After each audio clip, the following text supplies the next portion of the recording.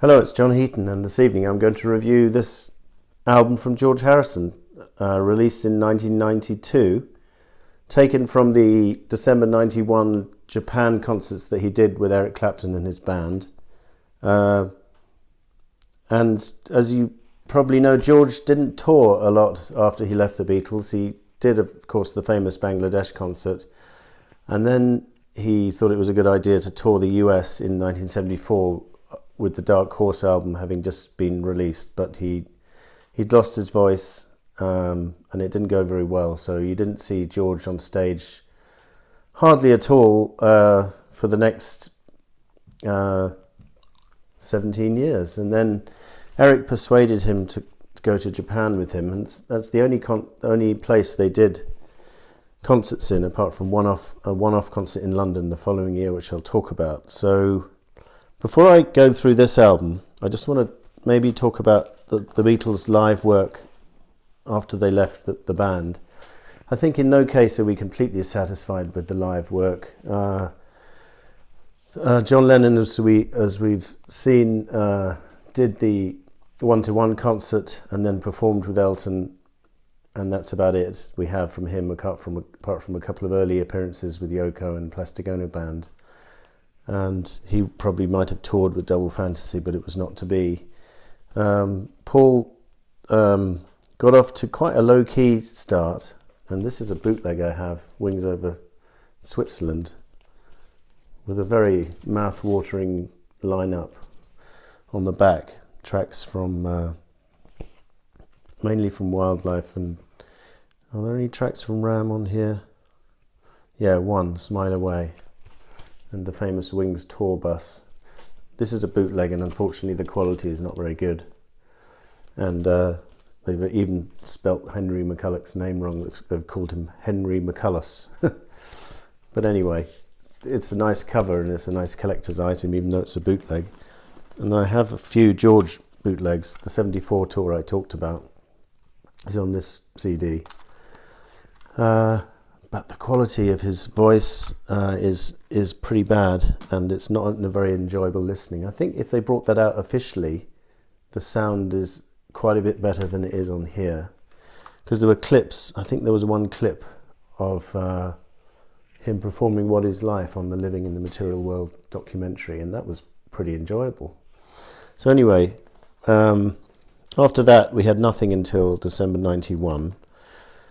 With the Live in Japan tour. It's only available on CD and vinyl recently, re-released, because it was very rare on vinyl at the time. And then on this album, you've got 4 tracks on video from this tour, which begs the question, why haven't all the others been released? But anyway.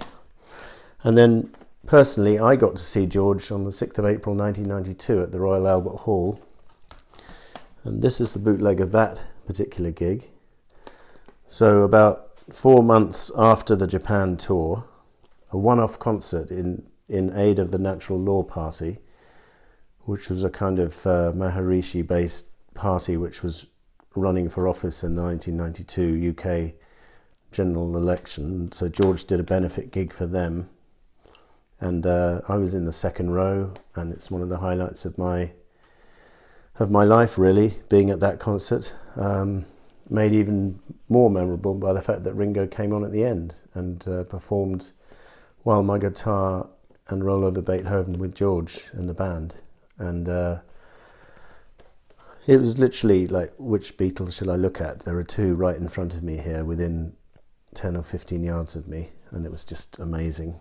And this set list, apart from having Gary Moore replacing the role of Clapton, and Joe Walsh also features, set list is pretty similar to this Japan album. So I'm happy, don't get me wrong, I'm happy to have this Japan album. It's not perfect, but it's all we have really of George's, well, he didn't really tour apart from this, apart from the 74 tour, so it's all we have documented. The cover design is, I don't know if you'll agree, but you can hardly see it. It's George's face kind of silhouetted black on black, and not very memorable at all. And considering it's a double album, it's not even a gatefold sleeve. you've got these record covers with a little bit of information about the musicians, and then you've got these red labels. It's not even on the Dark Horse label, which is a bit disappointing. So a few niggles from me on the packaging, because I have the bootleg of this tour on a double CD, and even though the quality of the sound is not as good,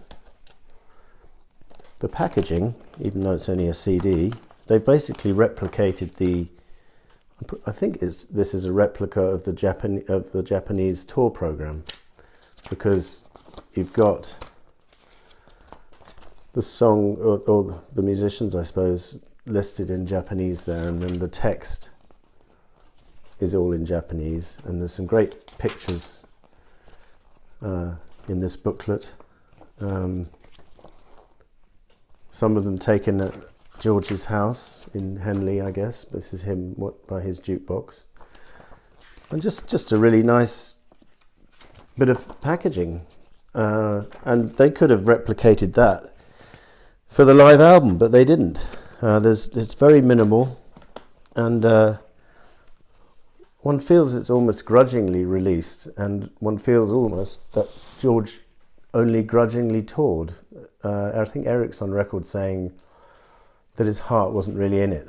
So let's go through the tracks. I mean, there's a good spattering of solo tracks and his more well-known Beatle tracks. Opens with I Want to Tell You from Revolver, which is the first time we'd heard any of them play that track live, and that was also performed at the concert for George a year after George died in 2002. Actually, noticeably, the sound that on this album is pretty similar to that concert for George, and I guess that's probably because Eric Clapton was involved in both concerts, and also Andy Fairweather Lowe was involved. I'm not sure if anyone else was common to both projects, but also the track listing is similar as well to that particular concert for George concert. Old Brown Shoe is an inspired choice, a long forgotten B-side. Well, not forgotten because it was on the Blue album after all, but performed pretty nicely. This band is pretty tight. Eric is doing a good job, and I think him and Andy Fairweather Lowe probably share most of the lead guitar duties, and George is on the whole playing rhythm, which is a bit of a shame. But then George was probably always more the studio guitarist. You know, he liked to practice his solos, and he wasn't too good at ad-libbing stuff, or he wasn't as fluent as Eric, should we say. And unless he's playing kind of Chuck Berry riffs, you wouldn't see him do too much solo work. Certainly no virtuoso solos or anything like that. He left that to Eric and Andy Fairweather Lowe, which is fair enough. Maybe that's one reason they haven't released the concert, because George is not playing that much lead guitar. I don't know, but anyway, Taxman is, and by the way, the rest of the band is Steve Ferrone on drums, who drummed with Paul Simon on Graceland, I think, and also Christine McVie from Fleetwood Mac, her first solo album he was on, and he's played with Eric as well, and Chuck Leavell on keyboards, and Nathan East on bass. So a good band, and I'm not sure how much rehearsal they had, but they have a fairly good sound. What is perhaps a little disappointing is George's vocals are a little bit... sometimes he's either struggling to hit the notes, or he's almost willfully singing a slightly different tune to the original. I mean, I know on My Sweet Lord he consciously does that because he doesn't want to... He's trying to emphasise that the song stands, even though it was regarded as too similar to He's So Fine. But I think the original is way better than any live version, whether it be Bangladesh or here, or the new version on the All Things Must Pass 2001 set.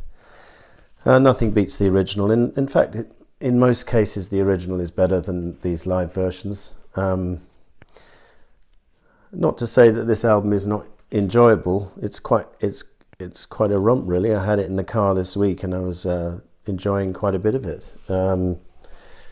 If I Needed Someone is a welcome version of that particular song. Never heard that live until after George passed, when we heard Tom Petty do that track.